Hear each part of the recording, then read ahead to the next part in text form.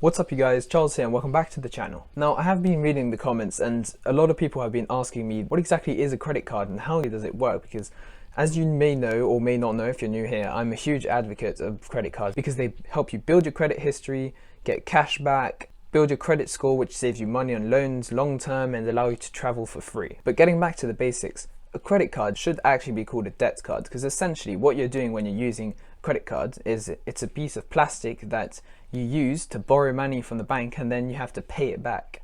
Now if you don't pay it back, that affects your credit history for up to 6 years, so make sure you pay it back. On top of that, they have huge amounts of interest rates on it and that can cripple you very fast. Now as you may or may not be aware, there are different types of credit cards. The first one I'm going to cover is the balance transfer credit card.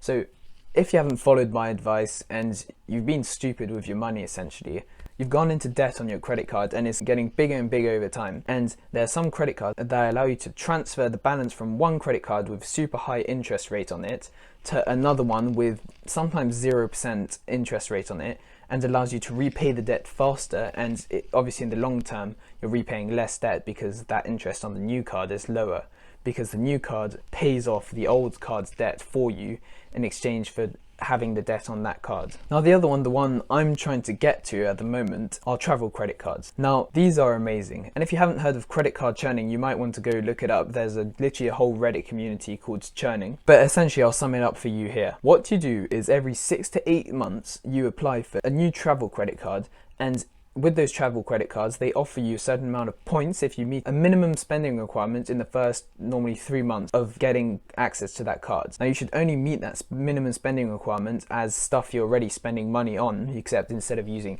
cash or a different credit card, you're just using this one.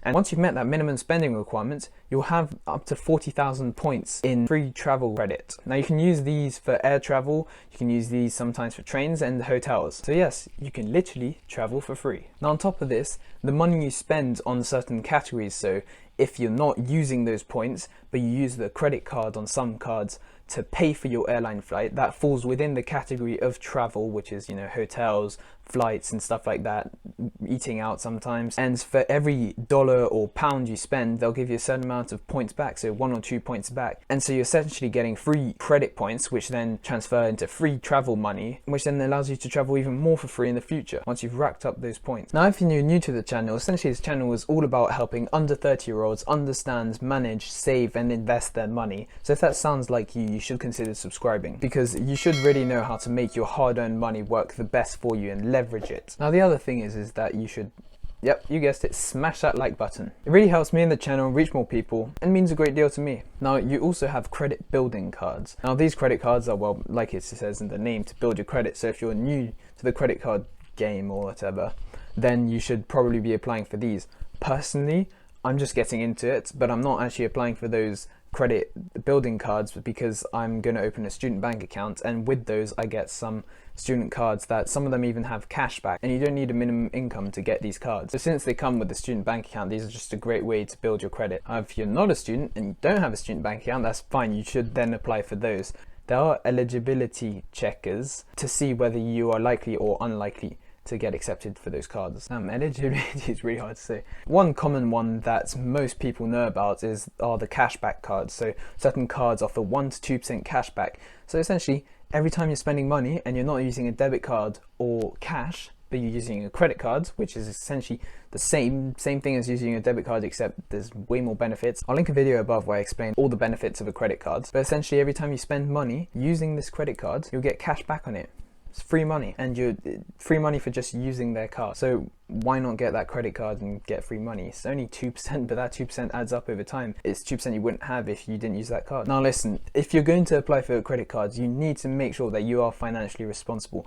In this channel, I teach how to be financially responsible, and I will more in the future, but you need to know how to manage your money, know how much money you have, and you should never spend more than you earn. So as long as you're tracking your earnings and you know how much you can spend or afford to spend, although you shouldn't live paycheck to paycheck, that's a bad idea for the future. You should be saving 10% to 20% of your income on and investing it into a diversified portfolio in the stock market. You should just treat that credit card as cash. Essentially, the cash you would have in your hand well, that's what you got in that piece of plastic, and you shouldn't spend more than that. Now, the golden rules of having a credit card is you should at the very least, make the minimum payment, because if you don't make that payment, you'll get whacked by additional charges, and on top of that, you'll also lose a lot of benefit to the cards. And that will be in the terms and conditions that you never read, and we all click I accept to. Now, the second rule is you should always, now I know the first rule is if worst case scenario you can't make the payment, you should at least make the minimum payment,